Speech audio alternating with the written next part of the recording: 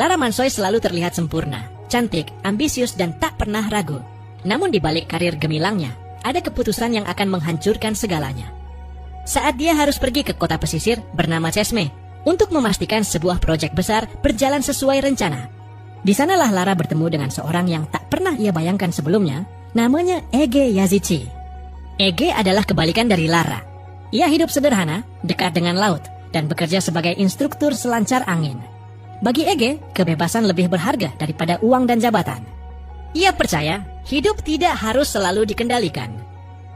Lara merupakan salah satu ahli waris di sebuah perusahaan besar. Sebuah proyek ambisius telah disusun dengan sangat rapi, tanpa celah kesalahan. Di kota pesisir Chesme, perusahaan berencana membangun sebuah resort mewah. Dan Lara dipercaya bertanggung jawab penuh atas pelaksanaan proyek besar tersebut. Namun proyek itu bukan tanpa perlawanan. Ege menentang proyek itu. Karena itulah Lara dikirim ke Chesme untuk menyelesaikan kendala itu. Masalahnya Ege bukan sekadar pria yang mencintai laut. Ia adalah bagian dari dunia yang ingin dihadapi Lara, pewaris perusahaan yang sama. Namun bagi Lara, penolakan Ege bukan sekadar hambatan pekerjaan. Sejak awal, ada sesuatu dari pria itu yang mengusiknya. Tak ada pilihan selain bekerja bersama Ege, meski keduanya tahu mereka membawa misi yang berbeda. Lara mulai mencoba mencari cara untuk mengubah penolakan Ege terhadap proyek perusahaan. Tapi bagi Ege kota Chesme sudah menjadi bagian dari dirinya. Lara mulai hadir di keseharian Ege, dan Ege bukan pria bodoh yang tak mengetahui tujuan Lara. Dia membiarkan Lara masuk di kesehariannya. Setiap kebersamaan, Ege biarkan berhembus seperti angin pantai. Dan setiap penolakan Ege atas kehadirannya, Lara biarkan seperti ombak yang terpecah oleh karang. Bagi warga Chesme, Ege bukanlah orang luar, melainkan bagian dari keluarga mereka sendiri. Kehadirannya tak pernah terasa sepi.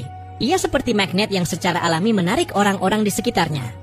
Dimanapun Ege berada, selalu tercipta kehangatan dan kebersamaan. Dan Lara merasakan hal itu.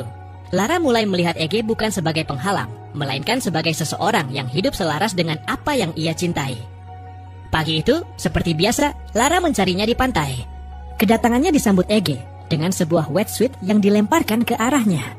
Ege tersenyum dan berkata bahwa Lara perlu belajar menikmati hidup sepertinya. Ia kemudian mengambil papan selancar, membawanya ke bibir pantai, dan mengajak Lara mencoba berselancar. Meski ragu, Lara akhirnya mencoba menaiki papan berdiri perlahan, namun akhirnya jatuh. Ia berkata dengan tenang bahwa jatuh bukanlah masalah, karena laut hanya sedang memperkenalkan dirinya. Ege meminta Lara untuk terus mencoba. Untuk pertama kalinya, ia menyadari bahwa hidup tak selalu tentang mengendalikan segalanya.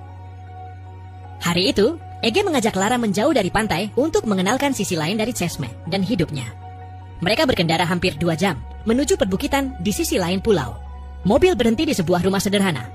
Seorang wanita tua menyambut mereka dengan senyum hangat. Mereka duduk berbincang, sang bibi terlihat begitu bahagia dengan kedatangan Ege.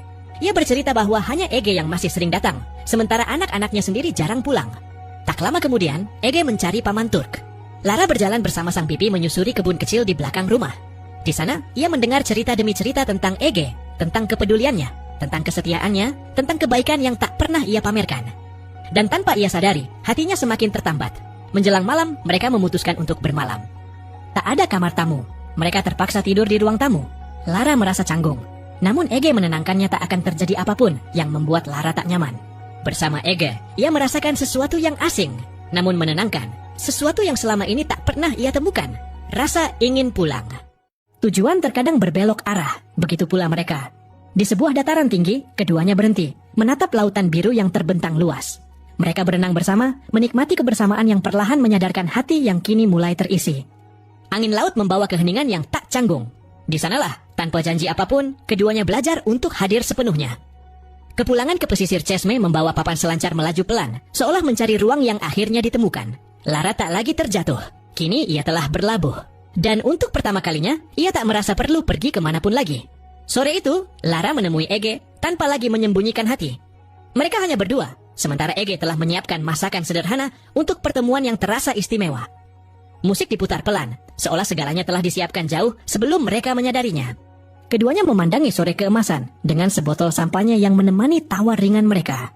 Tak ada lagi ambisi, tak ada lagi pelarian, hanya kebebasan yang lahir dari kejujuran. Mereka tertambat dalam cinta yang terasa baru, seakan waktu sengaja tersesat agar mereka bisa bertemu. Bahkan jika esok pagi segalanya berubah, sore itu akan tetap tinggal. Dan bila cinta memang sebuah kebetulan yang salah alamat, mereka memilih tersesat lebih lama, membiarkan dunia berjalan perlahan tanpa perlu memahami mengapa. Setelah sore keemasan itu, Lara dan Ege semakin sering bersama. Lara melupakan tugasnya. Waktunya kini hanya untuk cinta yang ia pilih. Segalanya terasa ringan, hingga sebuah perjamuan mempertemukan mereka dengan seseorang dari perusahaan Lara. Seorang yang berkata tentang tugas dan tanggung jawab yang tak terwakili, yang terasa menyakitkan bagi Ege. Lara terdiam, kesalahan, dan alasan mengapa ia datang ke Chesme, membawa hati yang tampak utuh, namun rapuh di dalamnya. Mereka berpisah, Lara kembali ke kota, dan Ege mengisi hari seperti dulu. Tapi semua tak lagi sama, atau mungkin karena belum terbiasa. Tak ada yang merasa ditinggalkan dari perpisahan itu. Dua jiwa yang merasa kuat, padahal hancur di dalam.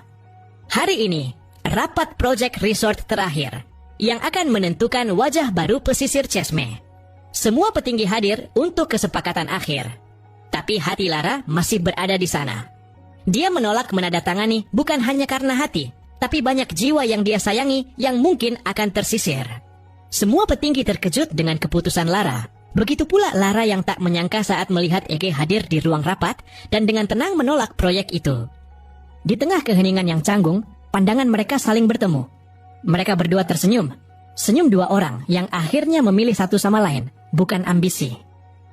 Lara kembali lagi ke Chesme untuk menemui Ege. Dia tak peduli lagi dengan ego dan harga diri. Lara hanya tak ingin kehilangan sesuatu yang seharusnya dia miliki.